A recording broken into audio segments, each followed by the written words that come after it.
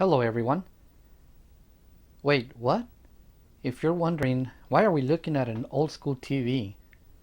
Well, there's a very good reason for that. And it's something that I've been putting off for quite a while. Alright, so today we're going to take a look at something to do with the Atari 5200, which is one of my old school systems. It's not as old as the Atari 2600, that's right there, but this is even a little bit newer one. As you saw on the date, it came out in 1983. So one of the problems with this system, it's a very big problem, is that those joysticks, I think they were some of the very first analog joysticks that were ever put out in a game system. I could be wrong about that. But anyway, so the problem with these joysticks is that a lot of the times the buttons, they start failing, so you can use maybe sometimes one of the fire buttons, or maybe you can't use the start and reset buttons, which is up on the upper top right there, if it focuses right. So that is a big problem, because then you have joysticks and then you can't really play your games because either some of the buttons don't work or all of the buttons don't work.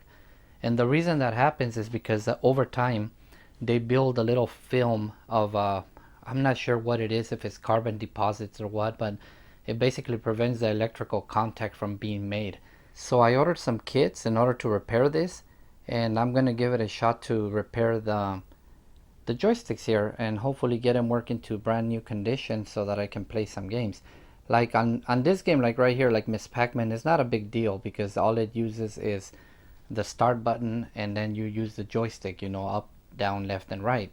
But other games that use both fire buttons or even some of the keys on the keypad, it's really a problem when they don't work.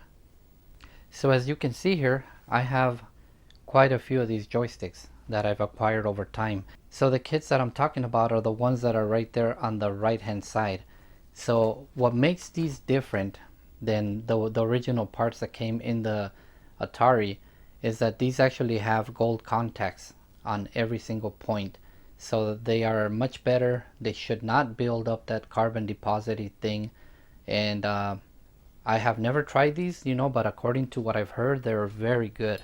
So you get basically all the parts for the joystick. Anything that has a contact comes with these gold contacts. So it should definitely be better because, as everybody knows, gold is a very good conductor. So you get all these little pieces, including the fire buttons here. And so I'm going to go ahead and take you through the removal of the old one and installation of the new pieces here. And let's see, hopefully after I get finished, everything will work out exactly as. Okay, so we got all our parts here, and we're going to start taking apart this controller. And then hopefully everything will work great after we're done with this repair. So first thing we need to do is we need to remove 3 screws that are in the back here. That's all it takes to open these things up here.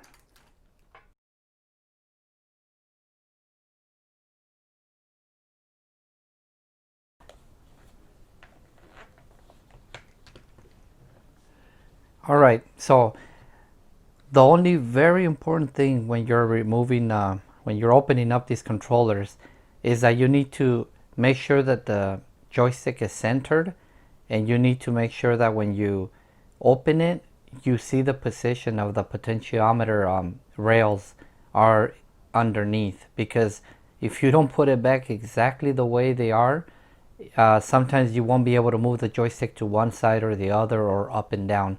So that is the only thing that is very important about this. So let's go ahead and take it off.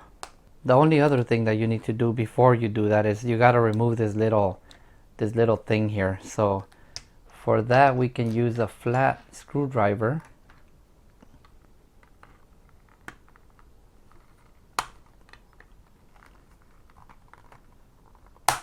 Alright, and it just pops right off. And then you take off this.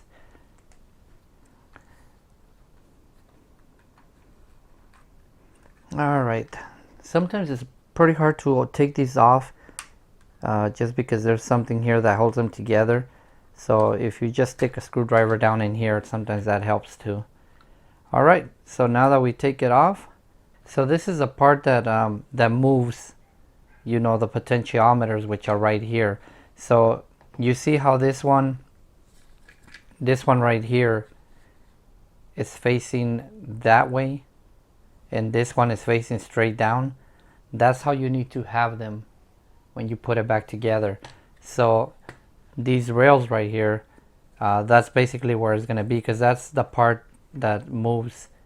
So one of them goes right here and the other one goes right there in that hole. So that's why it's very important that the stick is centered and that those things are exactly right there, because if you end up with those things like right here and somewhere over here, then you're obviously not going to be able to make the movements. So usually what I try to do is I try to make sure that I don't even move them. So I'll take off all these old parts here. In order to take off the buttons, you just basically lift them straight up, and they have these little things around them here. So I'll just put that one. This is going to be for the right side, and then even though they're exactly the same, I'll just leave them like this separately. So now if you notice the difference between the old parts and the new parts, you can see that these just have some black, they kind of look like rubber contacts, and the other ones have gold plated contacts. And the same thing for these, and of course the same thing for the number pad. So as you can see, that's why, you know, with these gold contacts, you're going to see that the functionality is much better. Alright, so now we can take off this. These right here, they have these two little holes right here so that you can know that you have it in the right place. And let me see, now they have a little bit of glue back here. Okay.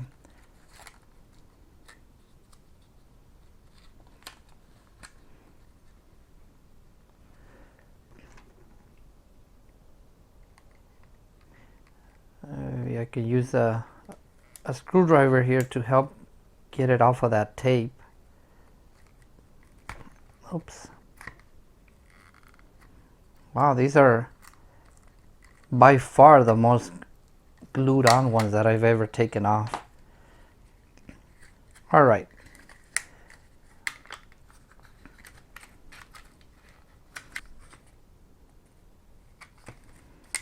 Let's see, I believe we can take off this part here. There we go.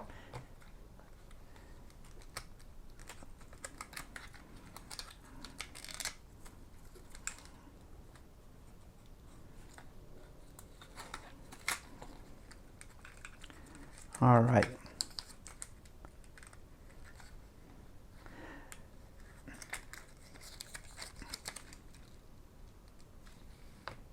It has a little bit of glue right here as well.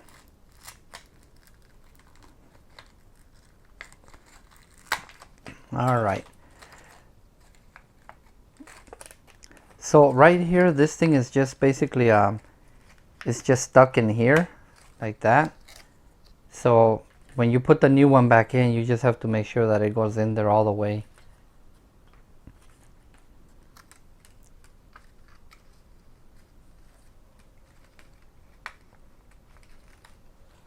Let me make sure I can do that.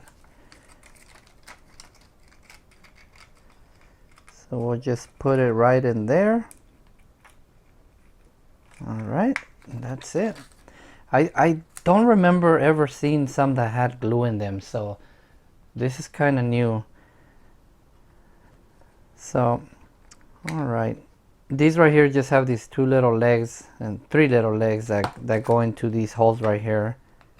So you just basically have to make sure you line it up correctly in there.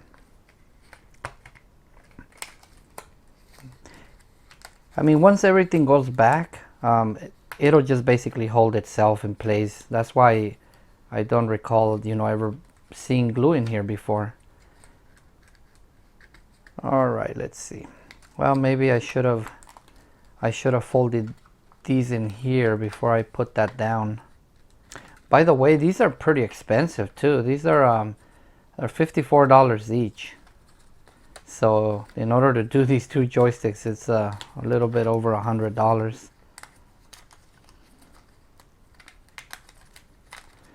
All right, let's.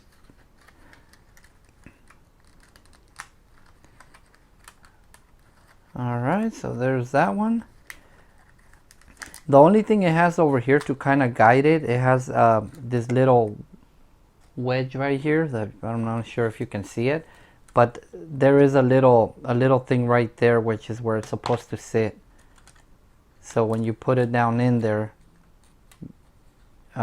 it should just basically fall right in there like that.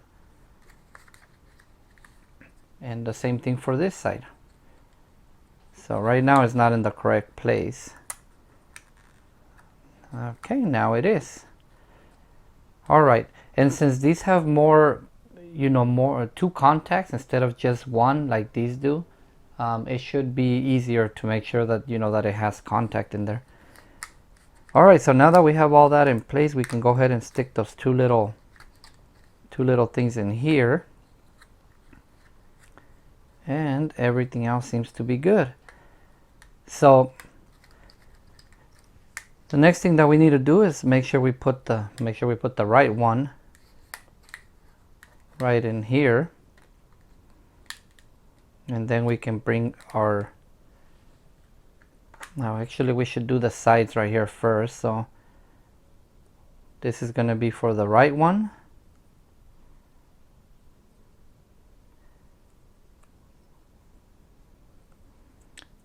All right, and they have another little hole right here too, so you'll know that you have it in the right place. So you can go ahead and stick that one in there,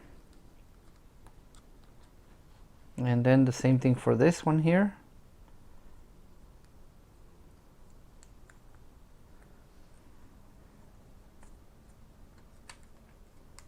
Oops, that one's not.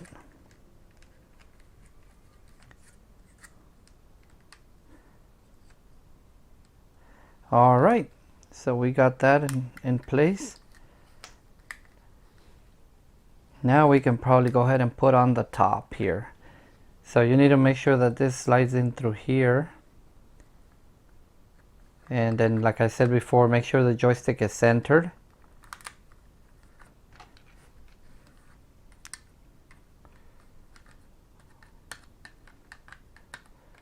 Okay.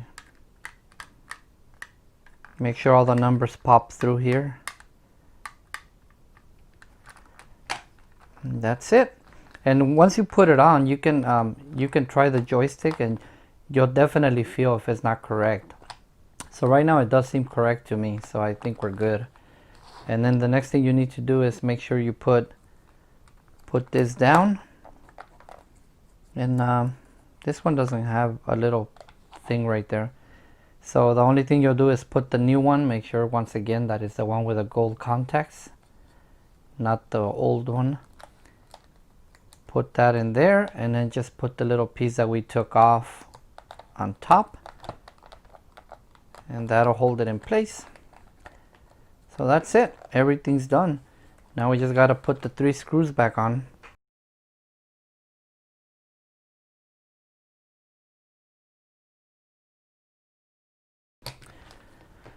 All right, so what we normally would do is we would get some alcohol, and we would clean them up, the contacts underneath, and also the metal contacts on the control pad here. But sometimes it seemed to work okay for a bit, and then it would stop working again pretty quick. So let me see right now what we can get out of these things if we just were to try. These actually look pretty clean. So normally when you do this, the toothpick comes out black. See, these right here, you're getting a little bit here. On these controllers, I think almost nothing worked, but you see how you get all this black? If it's able to be shown on the camera here. But yeah, so after a while you keep doing that, and then it just disappoints you that it still doesn't want to work correctly. So even though buying these replacement parts is way more expensive, you know, if it means that it's going to work better than new, then it's well worth it, I guess. So let's go ahead and try it out and see if it works. Okay, so now that we're back with our repaired joystick, let's give it a shot.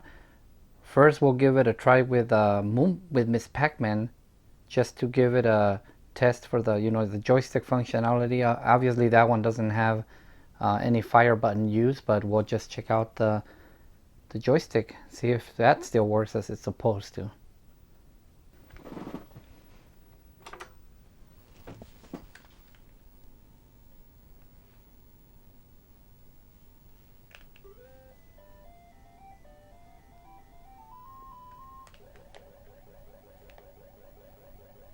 So everything looks like it's working good.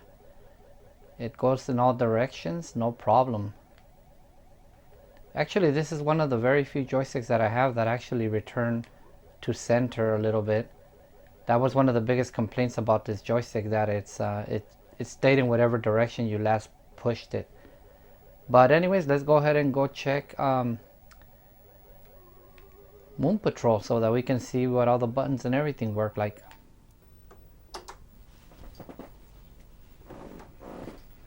Alright, so with this game, obviously if we press the star, you know, it goes from 1 player to 2 players, so it looks like it's working great. And if we press the pound sign, it goes from beginner to champion, so that's working fine as well. And this is one of the very few games that actually has one of the first systems that had pause. So let me see. So the start button works fine. Then I'll press the pause. Yep, the pause button is working great. And then I'll press the reset button. And it works. So all the buttons so far look like they're working pretty good. Obviously, in order to test all the number buttons, I would have to get a game that uses them all. And I don't remember, I think Mousetrap does. But just for the purposes of now, we'll just go ahead and see if the fire button and the jump buttons work.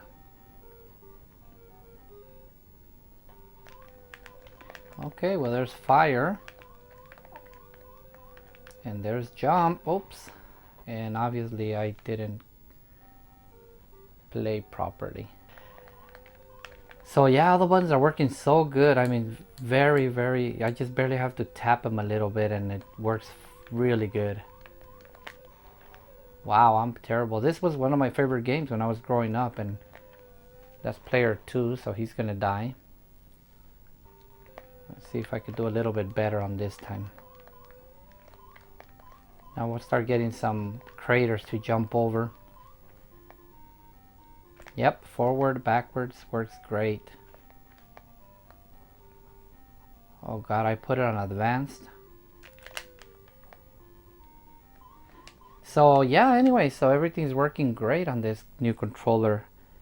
So like I said, you know, the parts to do this are $54 each on eBay.